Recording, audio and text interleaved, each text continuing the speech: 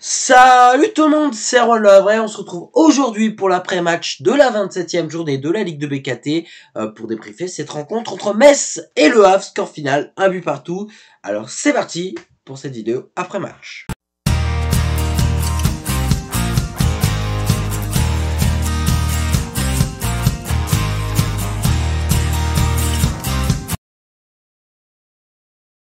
On va donc commencer par le bref de la rencontre. Une rencontre qui a débuté hier soir à 20h45 au stade Saint-Symphorien. Le premier but de la rencontre, il est inscrit par Maziz et ça fait 1-0 pour le FC Metz à la 20e minute de jeu. Le Hack joue plutôt mal en première mi-temps. Le score à la mi-temps est logiquement de 1-0 pour le FC Metz.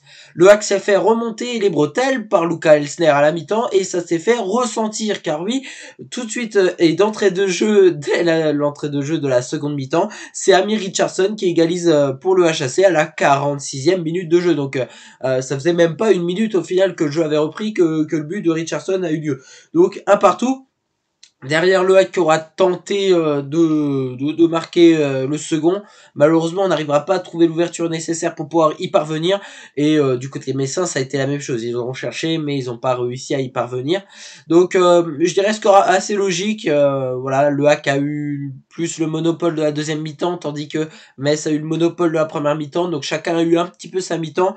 Et donc, score assez logique de 1 but partout entre ces deux formations.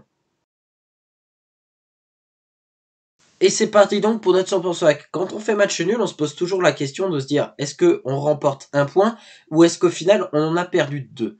Bah, pour être honnête, moi je trouve aujourd'hui, dans la situation du match et dans notre avance actuelle, je trouve que c'est un très très bon point pris, un excellent point. On a été mené dans ce match, donc voilà. Et en plus, mentalement, j'étais prêt à accepter la défaite.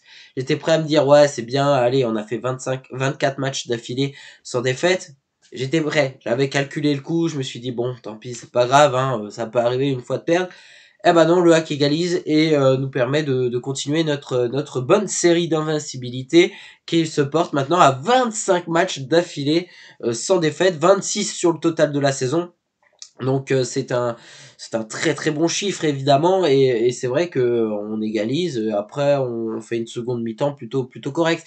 Mais voilà, je trouve que le Hack est passionnant à regarder, oui, mais il nous manque quelque chose offensivement. Après, voilà, je le dis sur chacune de mes vidéos, mais c'est logique.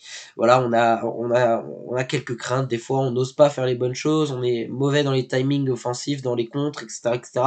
Donc voilà, on peut mieux faire largement. Et je veux dire, c'est plutôt optimiste parce que ça veut dire que on arrive à faire des bons résultats avec une équipe qui parfois joue pas si bien que ça.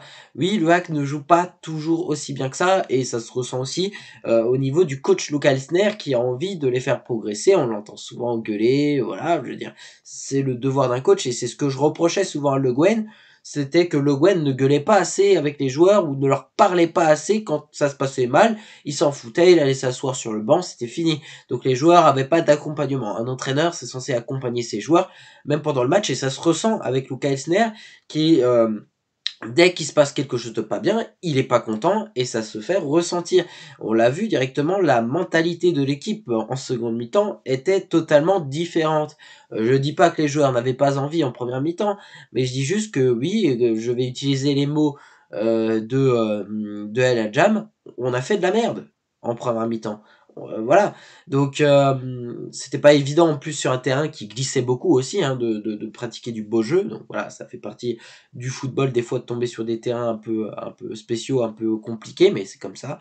Mais voilà. Après, je trouve que c'est un excellent point sur le point de vue comptable. On a 9 points d'avance sur Bordeaux au deuxième, 10 points d'avance sur le troisième qui est Sochaux. Hein. Donc pour nous, c'est tout est bon. Alors oui, j'aurais préféré qu'on gagne, mais tout est bon. Notre prochain match, c'est contre Saint-Etienne, un choc ce samedi à 15h. Et je pense que Saint-Etienne, ils nous attendront avec une certaine impatience, parce que oui, on est le premier, donc le premier est toujours attendu, mais d'autant plus qu'on a été les battre 6-0 chez eux à l'aller, qu'il y avait eu beaucoup de joueurs qui avaient chopé des rouges du côté stéphanois, et je pense que les joueurs verts seront revanchards, donc je pense qu'on assistera à une magnifique rencontre samedi. Mais on verra. Voilà, c'est tout pour notre 100% hack. Et voilà, c'est tout pour cette vidéo. Merci à toutes et à tous de l'avoir suivi. On se retrouve donc samedi pour la prochaine vidéo avant-match pour la 28e journée de la Ligue de BKT contre la Saint-Etienne. Bisous les amis, bonne semaine à toutes et à tous.